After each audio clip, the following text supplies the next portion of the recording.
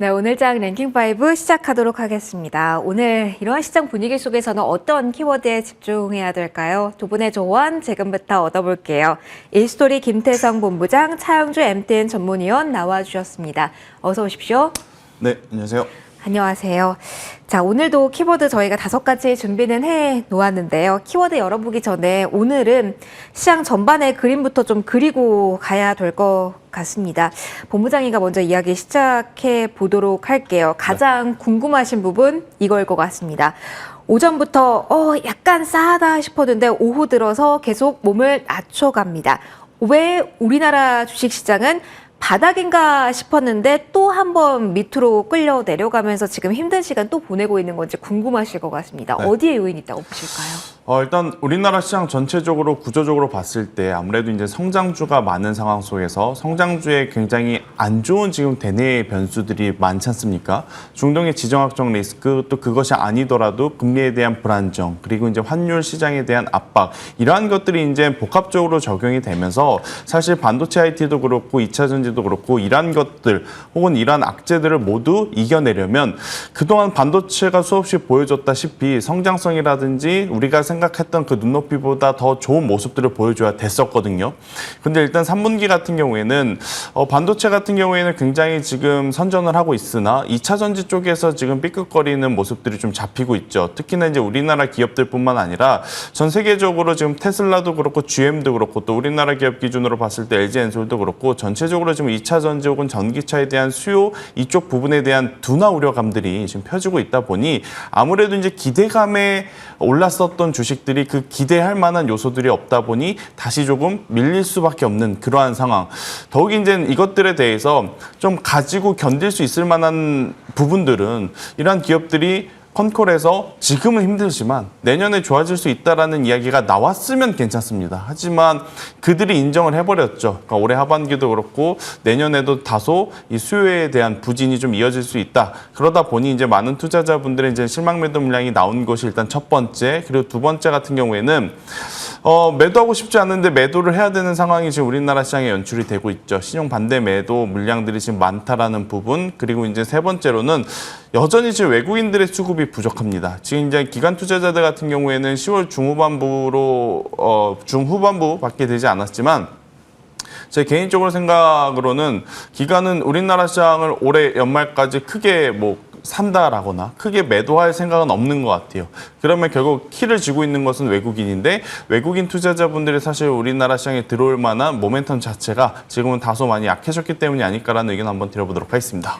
그런데 본부장님 하나 궁금한 건 이게 완전히 새롭게 오늘 반영이 된 첫 번째 악재는 아닌 것 같거든요. 네. 다 예상할 수 있는 범위 내에서의 악재, 그리고 말씀해 주셨던 반전의 계기가 될 수 있는 재료들이 단기간에 나올 것 같지는 않거든요. 네. 그럼 바닥도 계속해서 잡히지 않는 분위기를 저희는 계속 올해는 볼 수밖에 없는 걸까요? 일단 최근에 우리나라 지수가 반등이 나왔을 때 수급을 여러분들이 한번 꼭 체크를 하셔야 될 것 같아요. 지난주도 그랬고 일단 어제도 그랬고 사실 이제 코스피도 그렇고 코스닥도 그렇고 그동안 깊이 혹은 가파르게 빠졌기 때문에 단기 반발세가 나오면 쉽게 1% 정도의 회복은 보여줘요.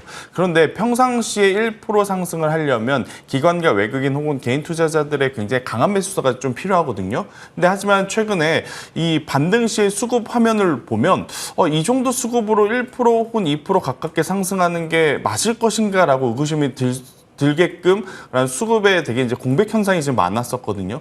그렇다라고 한다면 결국 매도 물량이 지금 많다라기보다는 지금 위치에서도 여전히 받쳐줄 만한 매수 주체가 뚜렷하지 않다 보니 흐를 수밖에 없는 지금 그러한 상황이다라고 좀 보시면 될 것 같고요.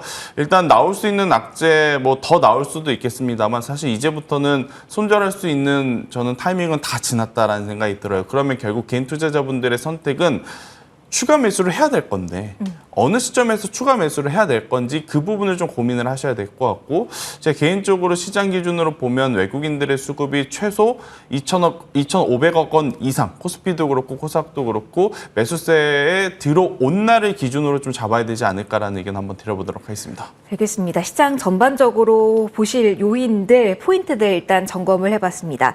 오늘 가장 궁금하실 키워드와 함께 시장에 대한 질문 또 이어가도록 하겠습니다. 먼저 5위 여기에서 저희 2차 전지를 준비해 놨는데요. 오늘 2차 전지의 하락세, 그러면서 오늘 지수가 흔들린다라는 연결고리 가지고 계신 분들도 많을 것 같습니다. 그래서 열고 위원님께 시장 전반적인 질문 추가로 해보도록 하겠습니다. 자, 위원님, 저희 2차 전지에 대한 키워드를 먼저 열어봤습니다. 오늘 뭐 여러 가지 요인이 있겠습니다만 2차 전지가 흔들리니까 지수가 흔들린다. 이렇게 정리를 할 수 있는 건지 아니면 그것보다 깊이 들어가서 봐야 되는 시장일까요? 여러 요소 중에 하나는 분명한 것 같습니다. 그러니까 이제 앞서 김태성 본부장님 설명하신 것처럼 외국인들의 수급이라든지 오늘 같은 경우 외국인들이 현선물에서 다 매도가 나오고 있는 상황이기 때문에 여러 가지 요소들이 복합된 것 같아요. 근데 그중에 가장 중요한 것은 2차전지에 포커스를 맞추면 2차전지가 아침부터 맥을 추지 못했죠. 네. 2차전지가 오히려 2차전지는 아침에 빠진 것보다 추가적으로 빠진 폭이 다른 것보다는 좀 덜 빠졌어요. 그러니까 아침부터 이 정도 빠졌었던 상황들이다라고 말씀드릴 수가 있겠죠. 중요한 것은 에코프로가 이제 60만 원을 건드리게 되면 우리가 묵은 뉴스이긴 합니다만 신용을 또 한 번 건드립니다. 이제 새로운 이제 가격이 하락폭이 나오죠. 그러면 지금 와서 2차 전지를 판다? 김태성 본부장님 말씀하신 것처럼 이제는 늦었어요. 그럼 뭘 팔죠? 다른 걸 팔아야죠. 다 그런 것들이 연차 이제 지금 서로 간에 물고 물리는 2022년 9월 같은 상황이 지금 이제 재발될 가능성이 굉장히 농후해졌다라는 거죠. 빼는 쪽이 반도체 소부장이 될 가능성도 있나요? 오늘 많이 이거는 빠져서요. 꼭 소부장이 아니라 모든 종목에 다 해당되는 겁니다. 그러니까 예를 들자면 이런 거죠. A, B, C를 갖고 있는데 A가 2차 전지라고 칩시다. 신용으로. 그러면 A를 팔아야 되는데 이미 A를 파는 순간 내 손에 남는 건 없어요. 근데 B, C가 현금 종목이다. 이게 반도체 소부장이 됐던 조선이 됐던 IT가 됐던 자동차가 됐던 차라리 이걸 파는 게 심리적인 부담이 덜하죠. 이해가 되시죠? 네. 그러다 보니까 시장에서 다 그렇고 여기에 이제 외국인들 현선물까지 뭉치다 보니까 이게 지금 신용이 현재 17조 4천억에서 머물러 있거든요. 그게 이제 대략 한 1조에서 1조 5천억 정도 더 줄어야 된다라는 게 중론 아니겠습니까? 우리가 한 1조 5천억 줄면서 그게 이제 에코프로가 80만 원 깨지면서 벌어졌던 일이거든요. 60만 원을 깨게 된다라면, 그러니까 뭐 특정 종목에 신용이 많다라고 제가 얘기하는 건 아닙니다. 하지만 아무래도 가능성이 높은 거 아니겠습니까? 그런 부분들을 보게 된다라면 조금 그리고 이제 다른 것들도 빠지다 보니까 전반적으로 꼭 에코프로를 안 갖고 있다 하더라도 난 2차 전지 없는데 라고 하는 분들도 다 지금 고점 대비 빠지다 보니까 신용 종목이 있으면 신용 종목을 우리가 계산을 할 때 앞서 A, B, C가 있으면 한 종목만 갖고 계산하는 게 아니라 신용 종목을 살 때 B, C를 증거금으로 했거든요. 그럼 이들도 빠지면 증거금률 자체가 낮아집니다. 그러면 이거 실질적으로 신용 종목은 내가 10%밖에 안 갖고 있는데 나머지 종목들을 많이 빠짐으로써 이게 또 담보 부족이 발생할 수도 있는 거거든요. 이게 계산이 단순한 건 아닙니다. 근데 시장이 이렇게까지 무너지게 되면 2022년 9월과 똑같습니다. 그때 당시 20일경에 이것이 멈출 줄 알았는데 30일까지 간 거 아니겠습니까? 그러고 나서 그다음에 이제 10월부터 조금 턴한 거기 때문에 아직까지 이게 이제 저도 김태성 본부장님 말씀에 상당히 동의하는 게 어느 정도 바닥권에 우리가 이제 지수상으로 봤을 때 2180 정도가 바닥권으로 보이니까 2200이 바닥권이다라고 얘기할 수 있는 근거가 바로 거기 있는 거거든요. 그러면 이제 거의 눈에 보이는 상황까지 왔죠. 2300이 깨져버린 안타까운 현상이 벌어지긴 했어서 바닥이 이제 어느 정도 와 있다. PBR 기준으로 0.7배 바닥이 어느 정도 와 있다라는 건 되지만 이게 우리가 공이라는 게 딱 던지면 오다가 공이 부딪히면 딱 떨어지고 멈추는 건 아니잖아요. 변동성을 보이면 여기서 이렇게 출렁출렁 거리는 거 아니겠습니까? 이게 이제 바닥이라도 출렁출렁 거리는 거 아니겠습니까? 그게 아마 다음 달 이제 내일이면 11월이죠. 11월 중순까지는 우리가 마음의 대비를 해 두시고 그다음에 이제 실적 발표가 11월 중순이면 끝나잖아요. 네. 11월 중순이면 실적 발표가 끝나고 지금 이제 폭탄들이 계속 터지고 있잖아요. 오늘 같은 경우 아프리카 TV가 폭탄이 터지고 이런 식으로 폭탄 터지는 것들이 이제 점점 많아질 거예요. 그게 잦아들고 나면 내년에 가이던스가 나오는 업종부터 새롭게 우리가 올해 1월부터 새롭게 업종들이 나타났던 것처럼 그런 기대감을 좀 가져봄직하지 않을까. 지금은 멈추는 게 아니다. 이 점을 명심하셔야 되지 않을까 싶습니다. 그러면 이거 하나도 궁금합니다. 물론 시장에 현금을 많이 가지고 기다리셨던 분들은 지금 통통통 하는 구간이라면 서서히 매수를 해도 되는 구간은 맞는지 그리고 주식 비중이 많으신 분들 대부분이 그러실 겁니다. 그분들의 지금은 할 수 있는 건 없다. 일단 기다리고 버티는 게 최선이라고 봐야 되는 걸까요? 여기서 중요한 것은 뭐냐면 현금을 갖고 계신 분들은 분할 매수를 좀 많이 하셔야 될 것 같아요. 한 10번, 5번 그렇게 이제 접근을 하는 거 슬슬 이제 되는데 서두르실 필요는 없다. 절대 서두르실 필요는 없다. 그리고 차라리 파란불에서 하는 것보다 저는 빨간불에서 하는 게 좋을 것 같아요. 확인하자. 확인하는 과정.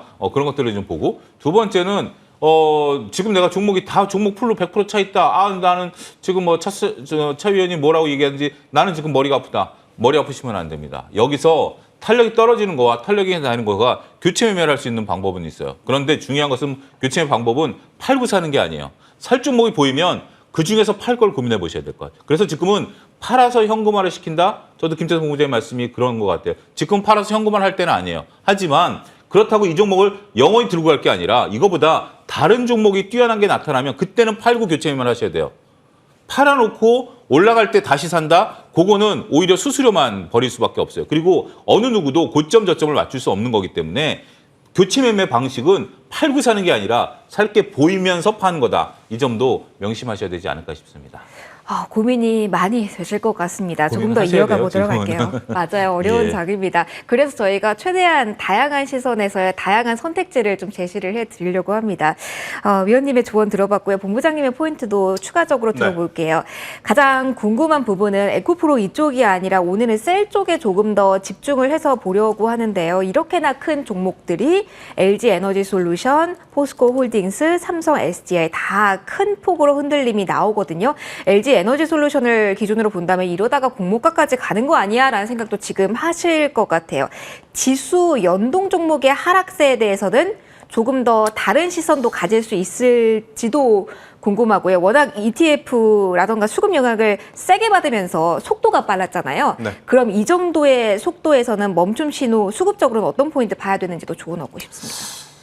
일단 올라갈 때는 이게 셀이냐 혹은 양극재냐 아니면 뭐 장비주냐에 따라서 순서는 좀 있었을 것 같은데 있었었죠. 하지만 이제 내릴 때는 사실 순서 상관없이 다 같이 내리는 게 일단 기본적으로 이제 구조적인 문제가 있지 않아서일까라는 생각이 들어요. 뭐 전체적으로 지금 뭐 어떠한 전기차 제품 하나는 잘 팔리고 하나는 안 팔린다 이게 아니라 전기차 시장 규모 파이 자체의 성장 속도가 조금 둔화된 거지 않습니까? 어떤 건 잘 팔리고 어떤 건 덜 팔리고의 문제라기보다는 그러다 보니까 뭐 셀이 그나마 조금 더 나은데 혹은 양극재가 그나마 더 기술력 있고 진입 장벽이 높은데 그걸 따지기 이전에 그냥 다 같이 이제 실망 매도 물량이 지금 나오고 있는 상황이다라고 좀 보시면 될 것 같아요. 특히나 지금 코스피 시장 안에서 굉장히 가파르게 2차 전지의 비중들이 커진 상황이다 보니까 오늘 오전에 삼성전자, SK하이닉스가 정말 잘 버텨줬었거든요.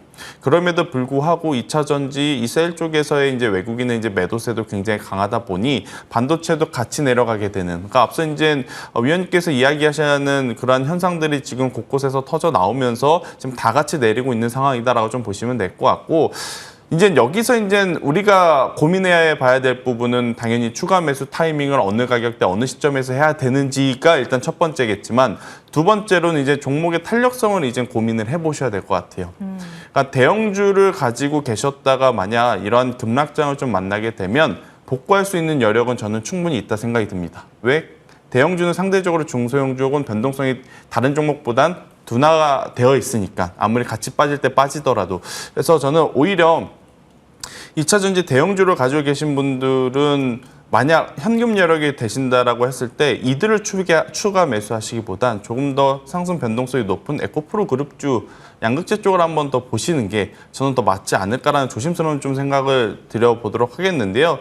다만 저도 마찬가지로 종목이 없는 상태에서 지금 가격이라면 당연히 매수하고 싶죠. 매수를 해도 괜찮은 부분이기도 하고요. 하지만 문제는 높은 가격대의 주식을 갖고 계신 분들, 이제 두 번째로는 현금 비중이 아예 제로이신 분들. 저는 이분들에게는 우선 종목을 늘리는 것보다 가지고 있는 종목군들을 최대한 압축을 하는 게 맞지 않을까. 그래서 이제 A, B, C, D 종목에서 A 종목을 만약에 매도를 한다고 해서 새로운 종목을 신규 편입하는 게 아니라 A라는 종목을 매도를 해서 B, C, D 중에 그나마 추가 매수를 해서 전체 손익이 마이너스 20% 내로 만들 수 있는 것들 먼저 저는 살려야 되는 게 맞지 않을까라는 의견을 한번 드려보도록 하겠습니다. 알겠습니다. 전반적인 조언까지 함께 들어봤고요. 그러면 다음 키워드로 넘어가서 추가적인 질문 또 이어가 보도록 하겠습니다.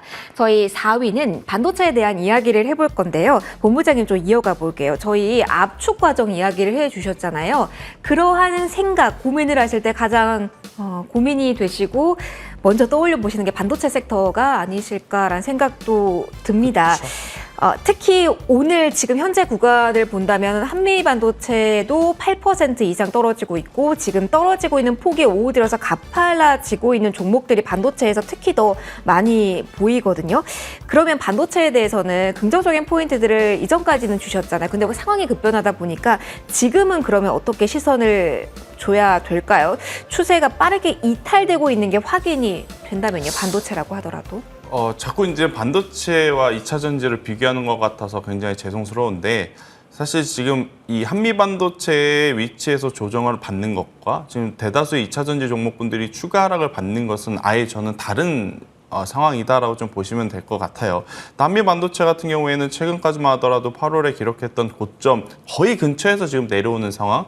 이것은 뭐 시장 여파로 인한 기계적인 조정일 가능성도 굉장히 높고 사실 2차 전지하고는 다르게 지금 반도체 같은 경우에는 매를 먼저 맞았고 또 업황에 대한 어두운 부분들이 먼저 선반영이 되다 보니 최근에 나온 추정치라든지 확정치에서 이 반도체 업황에 대한 또 기대감들이 지금 나온 상황이지 않습니까? 그러다 보면 결국 이제 가격적으로 조정이 나오게 되면 상대적으로 이 반도체 IT는 조금 매수를 해야겠다라고 생각하시는 분들이 저는 오히려 더 있을 것이다라는 생각이 들어요. 그래서 그 기준으로 본다라고 하면 한미 반도체는 일단은 조금은 더 지켜봐야 되지 않을까라는 생각이 들고 그리고 이제 반도체 IT 투탑 최근 주가 흐름 보면 우리나라 코스피 흐름 대비 정말 강했습니다.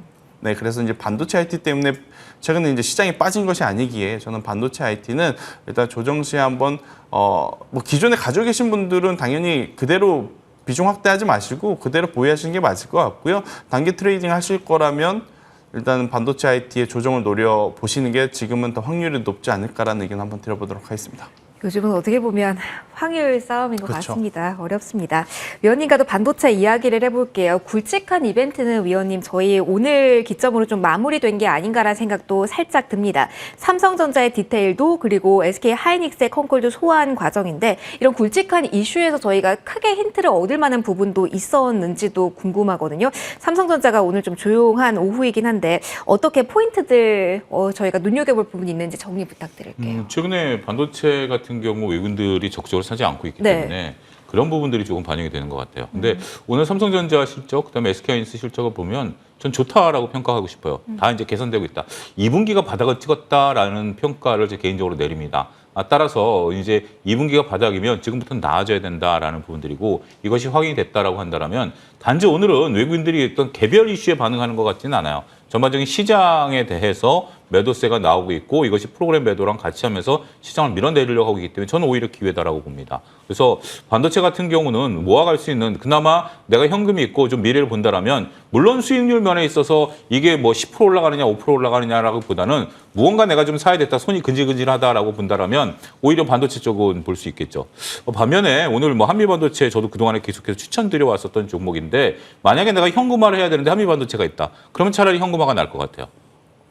그렇죠. 왜냐하면 지금 오늘 저렇게 음봉이 나왔으니까. 네. 근데 만약에 내가 현금화를 안 하고 들고 간다. 그건 전 상관은 없어요. 조금 괴로울 수는 있죠. 그런데 내가 만약에 다른 곳이 담보가 좀 부족을 한다라든지 아니면 다른 것으로 좀 갈아타고 싶은 욕망이 있다라면 현금화하는 것도 나쁘진 않은 것 같아요. 아직 이제 거의 손실이 없거나 이익 구간이기 때문에 우리가 이제 이익은 챙기고 볼 것도 충분히 필요할 것 같지 않습니까?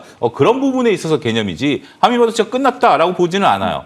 그렇지만 시장이 무너지면 나무들도 불탈 수밖에 없는 거 아니겠습니까? 그러면 잠깐 내가 회피하겠다. 이런 물량들 때문에 올 8%가 빠지는 것 같아요. 일부 투자자분들께서 회피하겠다라고 하는 것이지 이게 끝났다라는 개념하고는 조금 다르고 차라리 내가 지금 담보가 조금 신용상계 있는데 아직 담보 부족에 건들지 않았는데 불안하다. 이걸 좀 어떻게 좀 견뎌야 되겠다. 지금부터 조금 허리띠를 더 바싹 졸라매야 될 것 같다라는 느낌이 오기 때문에 오히려 이런 종목들 그러니까 고점에서 안 빠져야 되는 종목이 빠지는 게 바로 이런 현상이거든요. 그렇기 때문에 그런 부분들 그렇다고 해서 삼성전자 하이닉스 팔기는 좀 뭐하다 이런 거기 때문에 그런 관념으로 여러분들이 그런 시장을 좀 읽어내셔야 된다라고 봐요. 반도체는 2차 전지와는 좀 결이 다르고 앞으로도 이제부터 조금 업황이 좀 회복될 가능성이 가장 높은 그 섹터가 아니겠나 싶습니다. 알겠습니다. 조금 무게 있게 반도체, 2차 전지에 대한 이야기를 담아봤습니다. 그렇다면 3위의 분위기는 어떻게 저희가 가져갈 수 있을까요? 화장품 가격도 오른다라는 키워드 일단 잡아봤고요. 화장품주 보도록 하겠습니다. 위원님 좀 이어가도록 할게요. 사실 LG 생활건강과 아모레퍼시픽의 성적표가 뭐가 달라서 이런가라는 생각도 분명하실 것 같고요. 그리고 성격상 이게 궁금해요. 지수 전체가 이렇게 많이 흔들리잖아요. 그럼에도 화장품이 오늘 반짝임 나오고 있다는 건 단기적인 테마성도 있는지 여기에 대한 포인트도 같이 짚어주시면 좋을 것 같아요. 저는 개인적으로 시장이 얄밉습니다. 너무해요. 왜 그러냐면 오늘 시장에서 계속 제가 두 차례 언급드린 게 외국인들이 현선물 매도거든요. 화장품은 사요. 왜 사는 걸까? 이게 낙폭과대라고 하기에는 일단은 지금 이제 정확히 제가 제 속마음도 모르는데 외국인 속마음은 알 수는 없죠. 알면 좋겠습니다. 알면 좋겠습니다. 근데 이제 우리가 이제 미루어 짐작을 해보면 아무래도 이제 추정을 할 수밖에 없는 거 아니겠습니까? 지금 이제 아침부터 나오는 얘기가 LG 생건 같은 경우는 여전히 중국에 이제 포커싱이 맞춰져 있고 아모레퍼시픽은 제가 MTN에서 작년 가을서부터 말씀드렸던 게 어느 방송보다 빠르게 말씀드렸다라고 할 수 있는 게 탈중국을 외쳤던 상황 아니겠습니까? 탈중국을 외쳤었던 첫 번째가 아모레예요. 아모레퍼시픽 같은 경우는 탈중국을 외치고 있는 상태이고 이 가시적인 성과가 이제 나타나기 시작한다라는 거 아니겠습니까? 그러면 아모레퍼시픽만 올라야 되는데 마녀공장은 왜 올라가느냐? 마녀공장은 중국과 일본, 동남아 쪽에서 여전히 매출 비중이 높은데 그렇기 때문에 이게 딱 탈중국만 하나다라고 보기는 어려울 것 같아요. 그래서 조금 얄밉다라는 게 역시 외국인들이 사거든요. 그래서 일단 외국인들이 화장품에 배팅을 하기 시작한 거는 맞는 것 같습니다. 특별하게 이제 제가 그 이유를 알 수는 없는 게 솔직한 마음이고요. 그런데 이 정도 차트에 이런 장이 이 정도 모양이다라면 이번 주는 여기서 매매하시면 수익이 날 수는 있다라고 봐요. 트레이딩 구간은 충분하고 우리가 이제 정확히 이유를 그러니까 시장이 가장 리바운드가 클 때 이유를 알 수 없을 때예요. 하락도 가장 무서울 때가 뭐죠? 이유를 알 수 없이 빠지는 거잖아요. 근데 지금 빠지는 거는 나름대로 우리가 정확한 현상은 모른다 하더라도 설명이 가능하지만 이거는 설명이 조금은 불가능한 부분도 있어요. 물론 갖다 끼워 맞추기 식으로 하는데 그러면 다른 반론이 들어올 수도 있는 건 분명히 있거든요. 그래서 지금 아모레퍼시픽을 중심으로 놓으시고요. 마녀공장 중심으로 놓으시고 거기에 곁따라서 올라가는 종목들에 대해서 우리가 가치는 좀 보셔야 된다. 제가 아침에 개장에도 말씀드렸지만 코스맥스 콜모아 같은 경우는 오히려 상대적으로 약할 수 있다. 그런데 지금 결국 밀리는 거 아니겠습니까? 그래서 세게 붙은 걸 중심으로 해서 결국 트레이딩은 이번 주는 가능할 수도 있다. 이렇게 말씀드리겠습니다. 화장품 내에서 지금 반짝이는 쪽에 그 다음 타자는 굳이 찾지 말고 그렇죠. 그 안에서 트레이딩. 예, 그렇습니다. 그걸 보셔야지. 지금은 소위 센 종목만 세게 가지 다른 종목들이 지금 이제 그럼 LG 생활건강 따라갈 거 아니야? 그다음에 ODM도 따라갈 거 아니야? 이거는 아닌 것 같아요. 시장은 지금 철저하게 외국인들이 사는 종목만 같이 한번 조금 존슨 이런 애들이랑 같이 한번 매매해 보시는 것도 나쁘지는 않을 것 같습니다. 그들의 흐름을 예. 따라가 보자. 본부장님의 의견도 여기와 결을 같이 하는지 궁금합니다. 그러면 외국인이 전체 이렇게 팔자세를 보이는데 그나마 사는 쪽에 대해서는 관심 가져보는 전략에 대해서 지금 활용도 어느 정도라고 보시는지 한 번 더 정리 부탁드리고요. 화장품 개별적인 매력도도 지금 아직 남아있는 시장인지 짧게 정리도 같이 부탁드릴게요. 일단 고민이 될 것 같습니다. 고민이죠. 왜냐하면 예. 그러니까 아모레퍼시픽 혹은 LG생활건강 여기서 당연히 저도 기술적으로는 조금 더 올라갈 수 있다라고 생각이 들지만 만약 지금 많이 빠진 반도체라든지 2차 전지에서 반등이 나오면 그러니까 오늘 이 흐름을 좀 기억하셔야 될 것 같아요. 주도주냐 아니면 주도주 외 종목이냐 이거를 이제 고민을 좀 해야 될 것 같은데. 맞아요. 그래서 이게 장기 소외주가 오르는 흐름이 당분간 이어질 건지 네. 이 바톤 터치 과정을 어떻게 저희 활용해야 돼요? 그래서 일단은 제 기준으로는 주도주가 만약 올라가게 되면 오늘처럼 주도주 외 그러니까 이런 시장 속에서 올랐던 종목군들은 오히려 빠질 가능성도 저는 높다 생각이 들거든요. 그래서 일단 아모레퍼시픽도 그렇고 이쪽에 가지고 계신 분들은 가지고 계신 분들의 저는 영역, 그러니까 오늘 양봉이기 때문에 영역이다라는 생각이 들고 있고 만약 이 시장이 전반적으로 여기서 단기 반등이 강하게 나오지 않고 계속 박스권 흐름으로 갈 것 같다라고 생각하시는 분들이다라고 하면 화장품 쪽을 공략하시되 저는 음봉에 공략을 하시는 게 조금은 더 낫지 않을까. 그러니까 주도주가 회복을 할 때 오히려 이쪽에서 조정이 나오면 그 조정을 이용해서 조금 더 싸게 사는 게 더 낫지 않을까라는 의견 한번 드려보도록 하겠습니다. 본부장님께서는 지수 자체가 박스권에 머무를 가능성을 조금 더 높게 보시는 걸까요? 네, 저는 일단 올해 하반기는 뭐 크게 지금 달라지는 흐름은 좀 없지 않을까라는 의견 드리겠습니다. 알겠습니다. 그러면 이슈의 반응도 어떻게 해야 되는지 궁금해서요. 다음 키워드 열고 또 질문 드려보도록 하겠습니다. 가격 인상에 대한 이야기 화장품에서도 나왔고요. 음식료 특히 그 주류 섹터 안에서도 나왔습니다. 어떤 시각으로 이러한 쪽을 봐야 될지 궁금해서요. 이어받아 주세요, 본부장님. 저희 네. 주류 쪽에 대해서 조금 힘있게 이야기할까 했었는데 윗꼬리가 여기도 달렸거든요. 사실 이전에 초전도체, 맥심 이렇게 테마성이 움직이던 것과는 또 결이 다른 것 같기는 한데 이슈에 따른 빠른 손이 지금 여기서도 확인이 됩니다. 그래서 조금 더 까다로운 것 같은데 이러한 재료는 경기 방어주 그 카테고리 내에 있다면 어떻게 반응해야 될까요? 일단 뭐 최근에 경기 방어주의 성격을 띠는 음식료 업종이 모두 다 강했다라고 좀 표현하기는 어려워요. 그러니까 가격적으로 좀 메리트가 생겼었던 주류 업종이 바닥에서 좀 올라온 상황. 그 외에 농심이라든지 오리온, 삼양식품 같은 경우에는 그 전부터 지금 실적에 대한 기대치가 워낙 좋았기 때문에 굉장히 좋은 퍼포먼스를 보이다가 현재 지금 보합권에서 좀 답답한 흐름을 좀 보이고 있는 상황이라서 일단 올해에는 이 식품주를 경기 방어주로 이제 분류를 하는 게 맞을까라는 생각이 저는 들더라고요. 이제는 실적주로 좀 봐야 되지 않을까라는 생각이 들어서 일단 뭐 지수가 밀린다 그래서 무조건 이쪽을 바라보기보단 그럼 현재 주가 위치를 감안을 했을 때 조금 더 누가 더 많이 올라올 수 있을 만한 이 모멘텀이 있을까라고 생각을 해보면 결국에는 많이 덜 올랐던 이 주류 쪽이 가장 이제 손에 꼽을 수는 있을 것 같은데 저는 뭐 롯데칠성도 그렇고 지금 뭐 하이트진로도 그렇고 현재 구간에서 그렇게까지 큰 메리트는 없다라는 생각이 들어요. 그래서 가격이 상승하는 게 굉장히 더 속상한 그래서 소비자로서 이쪽 기업은 일단 알고만 계시는 정도로 하시는 게 맞지 이런 지금 섹터까지 우리가 체크해갈 현금 여력이 저는 개인 투자자분들이 저는 많지 않지 않을까라는 의견까지 한번 들어보도록 하겠습니다. 씁쓸한 네. 상황입니다. 그러면 위원님께 이 포인트로 질문을 하나 가볼까 합니다. 지수가 많이 안 좋을 때는 초심자분들께서는 경기 방어주를 사야 되는 게 아닌가라는 생각을 분명히 하시면서 음식료도 한번 고려를 하셨을 것 같아요. 그렇다면 위원님, 지금 장에서 경기 방어주, 지수 방어주라는 쪽이 있나요? 일단 뭐 역할을 할 수 있는 것들은 보이죠. 근데 이제 여기서 이제 중요한 포인트는 우리가 이제 그 기관 투자자가 아니다라는 거죠. 여러분들이 뭐 몇 천억, 몇 백억 운용하는 게 아니라 몇 천만 원, 몇 억 정도 운용하시는 입장에서 굳이 매매를 해야 될까요? 그러니까 그들은 주식형으로 돈이 들어오면 매매를 해야 되기 때문에 플렉시블하게 이제 매매가 가능합니다. 근데 우리 일반 개인 투자자분들 입장에서 보면 이론적으로는 이렇게 주가 빠질 땐 경기 방어주로 이제 가는 게 맞죠. 근데 그러면 다시 김성 본부장님 자꾸 말씀하시는 것 중에 하나가 그러면 주식이 턴할 때 그걸 팔고 이쪽으로 가야 되는데 그게 과연 가능하겠냐라는 거죠.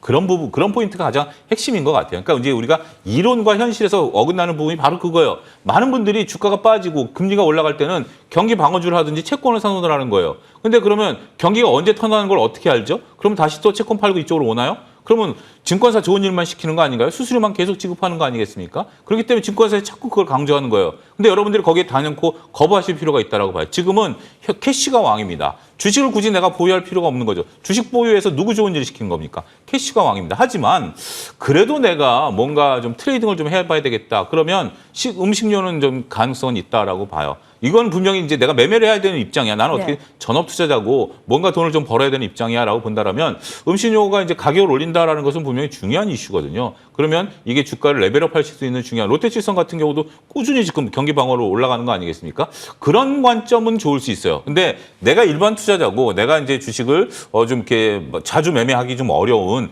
현실적인 부분이 있다라고 하면은 경기 방어주 뭐 경기 방어적인 성격 이건 신경 쓰실 필요는 없어요. 하지만 내가 트레이딩을 해야 되고 뭔가 종목을 좀 찾아서 매매를 해야 돼. 수익을 내야 돼라고 한다라면 음식료도 하나의 그 대안이 될 수는 있다. 이렇게 정리해 드릴 수 있겠습니다. 그럼 음식료 내에서 한 걸음 더 들어간다면 일전에 이야기해 주셨던 수출 모멘텀이 키가 될까요? 그렇죠. 아무래도 우리가 그 가장 무서운 게 그거잖아요. 밤에 자고 있는데 설잠 들었는데 부시럭부시럭거리는 소리 뒤에 라면 냄새가 나면 그거는 잠 다 깨는 거 아니겠습니까? 미국 사람들이 바로 그 맛에 빠졌다는 거 아니겠습니까? 그런 부분들은 아는 맛이 무서운 거죠.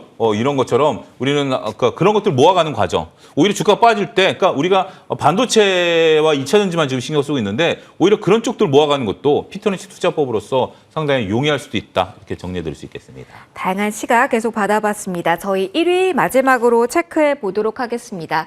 제약바이오에 대한 이야기를 해보도록 할게요. 개별 이슈 속에서는 탄력도가 있습니다. 빈대가 전국적으로 확산될 거다 하면서 기피제 쪽도 움직이기도 하고요. 자, 지금 장에서는 어떻게 해야 되는지 김대선 본부장님과 이야기를 좀 해볼까 합니다. 전반적인 이쪽에 대한 팁을 받아보면서 저희가 JVM에 대한 AS 좀 겸할까 하는데요. 네. 제약바이오 섹터 할 때 추천을 주신 쪽, 그런데 챙겨야 된다는 조언이 워낙 많이 나오고 있는 시점이라서 수익권인 제약바이오에 대한 지금 자리에서 대응 팁까지 좀 같이 받아볼게요. 제약바이오는 크게 흔들림 없이 지금 저는 이어가고 있다 생각이 들어요. 특히나 이제 JVM 같은 경우에는 제가 지난주 금요일 방송에서 그러니까 장대 음봉이 떨어지는 그때 제가 말씀을 드렸었거든요. 그러니까 이제 떨어지는 이유를 좀 면밀히 체크해 볼 필요는 있습니다. 실적 굉장히 좋게 나왔어요. 하지만 시장에서는 이것보다 더 높은 눈높이를 좀 가지고 있었는데 그 눈높이에 충족하지 못하는 숫자가 찍히다 보니 이렇게 밀렸었던 거거든요. 하지만 이제 이 JVM 같은 경우에는 당시에도 좀 말씀드렸지만 국내보다는 해외 시장 에서의 이제 매출이 계속 늘어나고 있는 상황. 그렇다라고 하면 지금 당장 조금 부진할지라도 충분히 올해보다는 더 상향된 실적을 내볼 수 있는 부분이 있어서 저는 JVM 같은 경우에는 더 가져가시는 게 맞다라고 생각이 들고 있고, 지금 제약바이오 쪽에서는 결국 이제 뉴스와 모멘텀이 기다리고 있는 쪽들을 먼저 보시는 게 좋을 것 같아요. 코로나19 재확산이라든지 혹은 빈대라는 지금 또 이슈 때문에 엄청나게 또 많은 종목군들이 굉장히 빠르게 움직이지만 이쪽은 좀 짧게 소멸이 될 가능성이 높다 생각이 들어요. 그렇다라고 하면 지금 임상 파이프라인에 대한 승인 기대 스케줄이 있는 쪽, 레고캠바이오라든지 이러한 기업들은 지금 위치에서도 오히려 강보합 혹은 약상승을 하고 있는 쪽이거든요. 이쪽은 여전히 저는 비중을 확대하시거나 조금 더 공격적으로 보셔도 괜찮지 않을까라는 의견 한번 드려보도록 하겠습니다. 알겠습니다. 제약바이오에 대해서 위원님의 조언까지 받아보고 마무리하도록 할게요. 자, 이제 어떻게 봐야 될지 한 번 더 헷갈린 쪽이 제약바이오일 것 같아서요. 실적 안정적인 CMO 모범생만 봐야 되는 건지 아니면 지금 정도면 오늘 사실 유한양의 실적 이후에 좀 반응이 있으면 이쪽 질문을 드리려고 하는데 보합권이긴 합니다만 모멘텀 강하게 가진 쪽에 대해서는 기대감을 가져도 될지 지수 상황이 녹록지 않아서 좀 다시 한번 리뷰를 받아보고 싶습니다. 이렇게 흔들릴 때 믿을 수 있는 건 실적이죠. 실적을 바탕으로 할 수 있는 것들. 그리고 이제 우리가 이제 주가가 오늘 상대적으로 덜 빠지는 거 아니겠습니까? 한미약품, 셀트리온, 삼성바이오 같은 경우 2%도 안 빠집니다. 그러면 두 가지 중에 하나예요. 한 번 더 밀릴 때 뒤늦게 따라 밀릴 것이냐, 아니면 시장이 올라올 때 가장 먼저 올라올 수 있느냐. 둘 중에 하나거든요. 너무 어려운데요. 그러니까 이제 이런 것들을 좀 관심 있게 보자. 지금 먼저 액션을 취하실 필요는 없어요. 그런데 제가 볼 때는 실적이 뒷받침되니까 지수가 한 번 더 밀릴 때 추가 밀리지는 않을 것 같아요. 원래 우리가 밀릴 때 제일 강한 거, 그러니까 상대적 강도죠. 오늘 같은 경우 강하다라는 표현을 조심스럽게 쓸 수 있는 거 아니겠습니까? 그러면 이게 지수가 튀어올라올 때는 가장 먼저 튀어올라옵니다. 그런 거기 때문에 이게 이제 어떻게 보면 주식이 어렵다라고 보이지만 나름대로 그 공시처럼 움직이는 것들이 있어요. 왜 오늘 이 제약바이오를 갖고 계신 분들이 안 팔까요? 한미반도체는 파는데 왜 제약바이오는 안 팔까요? 팔 마음이 없다라는 거죠. 그런 개념으로 보게 된다면 결국은 이런 부분들이 우리가 시장에 있어서 조금 제가 앞서 말씀드린 거랑은 조금 어폐가 있습니다. 경기 방어적인 역할을 하면서 시장 방어 역할까지 같이 하고 있다. 오늘 제약바이오가 밀렸다라면 코스피가 코스닥과 거의 동일하게 빠졌겠죠. 그런 부분들을 면밀히 추적 관찰, 상대 강도, 주식시장에 있어서 상대 강도도 면밀히 좀 살펴봐야 되지 않을까 싶습니다. 그럼 오늘은 버티는 종목을 조금 더 관심 있게 봐야 되는 날로 정리해 드릴까요? 그렇죠. 그런 것들을 메모해 두셔야 돼요. 그러니까 내가 만약에 교체 매매를 해야 된다. 지금 제약바이오가 없다. 그러면 제약바이오 중에서 뭔가 하나 지금 대장 중에서 하나는 검색해 두실 필요는 있어요. 물론 그것이 꼭 사지는 않는다 하더라도 가만히 계시는 게 아니라 야, 한미약품 무슨 재료가 있지? 왜 갑자기 빨간불을 켜지? 삼성바이오 같은 경우 야, 사공장이 좋다는데 한번 내가 배팅해봐? 이런 고민을 꾸준히 하셔야 되지 않을까 싶습니다. 알겠습니다. 오늘 시장 분위기와 함께 어떠한 포인트들 점검하셔야 되는지 이야기 쭉 이어봐 봤습니다. 울자 랭킹5 오늘 좀 마무리하도록 할게요. 지금까지 이스토리 김태성 본부장, 차영주 MTN 전문위원 두 분의 조언 들어봤습니다. 오늘 고맙습니다.